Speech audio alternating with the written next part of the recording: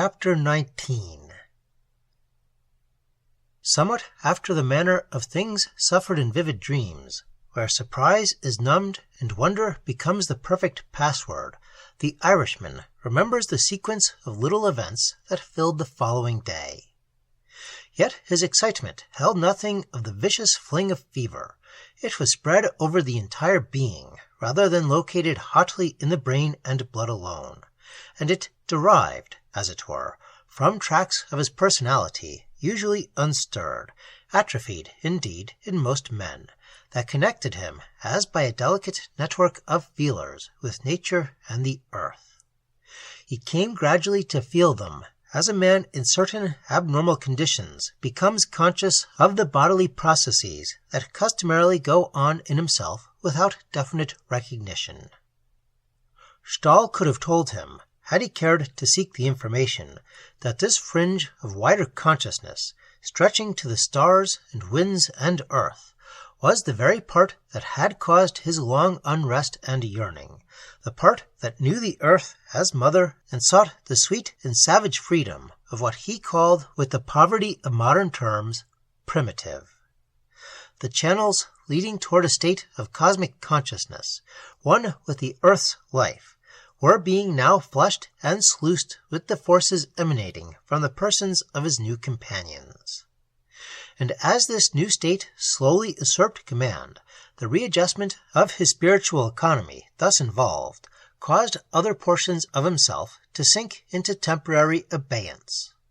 While it alarmed him, it was too delicious to resist. He made no real attempt to resist. Yet he knew full well that the portion sinking thus out of sight was what folk with such high pride call reason, judgment, common sense. In common with animal, bird, and insect life, all intimately close to nature, he began to feel as realities those subtle currents of the earth's personality by which the seals know direction in the depths of 1,000-mile sea, by which the homing pigeons blaze trails through space, birds fly south, the wild bees know their pathways, and all simple life, from the red Indian to the red ant, acknowledges the viewless guidance of the mother's enveloping heart. The cosmic life ran through his being, lighting signals, offering service, more, claiming leadership. With it, however, came no loss of individuality, but rather a powerful increase of life, by means of which, for the first time, he dreamed of a fuller existence which should eventually harmonize and combine the ancient simplicity of soul that claimed the earth with modern complexity which, indulged alone, rendered the world so ugly and insignificant. He experienced an immense driving push upon what Bergson has called the Élan vital of his being. The opening charge of his new discovery, however, was more than disconcerting, and it was not surprising that he lost his balance. Its attack and rush were overwhelming. Thus it was a kind of exalted speculative wonder lying behind his inner joy that caused his mistakes. He had imagined, for instance, that the first sight of Greece would bring some climax of revelation, making clear to what particular type of early life the spirits of his companions conformed. More, that they would then betray themselves to one and all for what they were, in some effort to escape, in some act of unrestraint, something, in a word, that would explain themselves to the world of passengers, and focus them upon the doctor's microscope forever. Yet when Greece showed her first fair rim of outline, his companions still slept peacefully in their bunks. The anticipated denouement did not appear. Nothing happened. It was not the mere sight of so much land lying upon the sea's cool cheek that could prove vital in an adventure of such a kind, for the adventure remained spiritual. O'Malley had merely confused two planes of consciousness. As usual, he saw the thing whole in that extraordinary way to which his imagination alone held the key, and hence his error. Yet the moment has ever remained for him one of vital, stirring splendor, significant as life or death.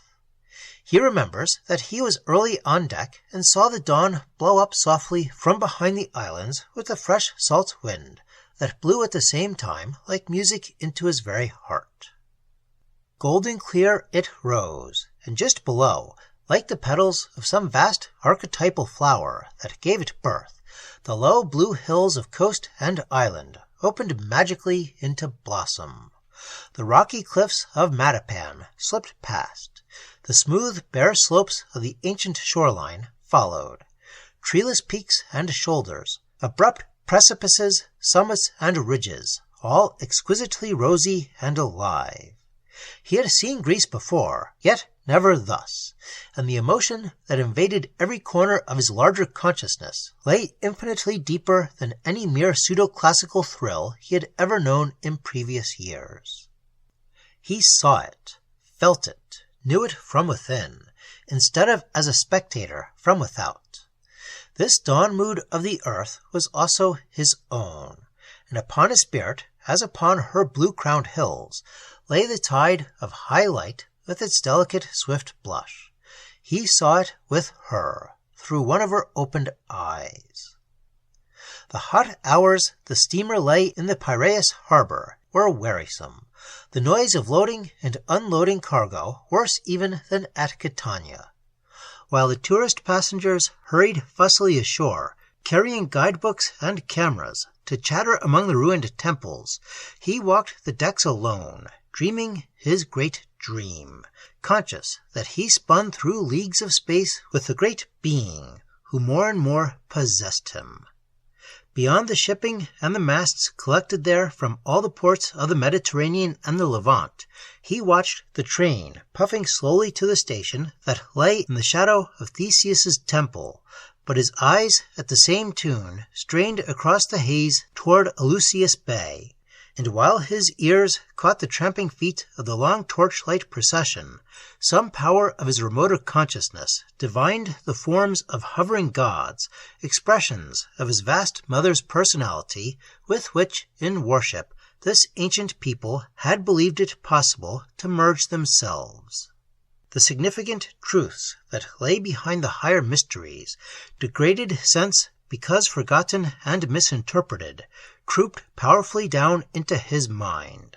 For the supreme act of this profound cult, denied by a grosser age that seeks to telephone to heaven, deeming itself thereby advanced, lay in the union of the disciple with his God, the God he worshipped all his life, and into whose person he slipped finally at death by a kind of marriage rite. The gods ran again through his mind with passion and delight, as the letter of his early studies returned upon him, accompanied now, for the first time, by the in-living spirit that interpreted them. The gods, moods of her giant life, manifestations of her spreading consciousness pushed outwards, powers of life and truth and beauty. And, meanwhile, Dr. Stahl, sometimes from a distance, sometimes coming close, kept over him a kind of half-paternal, half-professional attendance, the Irishman accepting his ministrations without resentment, almost with indifference. "I shall be on deck between 2 and 3 in the morning to see the comet," the German observed to him casually toward evening as they met on the bridge. "We may meet, perhaps." "All right, Doctor, it's more than possible," replied O'Malley, realizing how closely he was being watched. In his mind at the moment another sentence ran, the thought growing stronger and stronger within him as the day declined. "It will come tonight, come as an inner catastrophe, not unlike that of death. I shall hear the call to escape." For he knew, as well as if it had been told to him in so many words, that the sleep of his two companions all day was in the nature of a preparation. The fluid projections of themselves were all the time active elsewhere. Their bodies heavily slumbered, their spirits were out and alert. Summoned forth by those strange and radiant evocative forces that even in the dullest minds Greece stirs into life, they had temporarily escaped.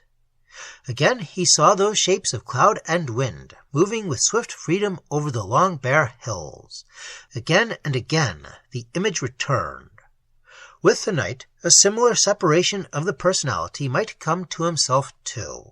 Stahl's warning passed in letters of fire across his inner sight. With a relief that yet contained uneasiness, he watched his shambling figure disappear down the stairway. He was alone.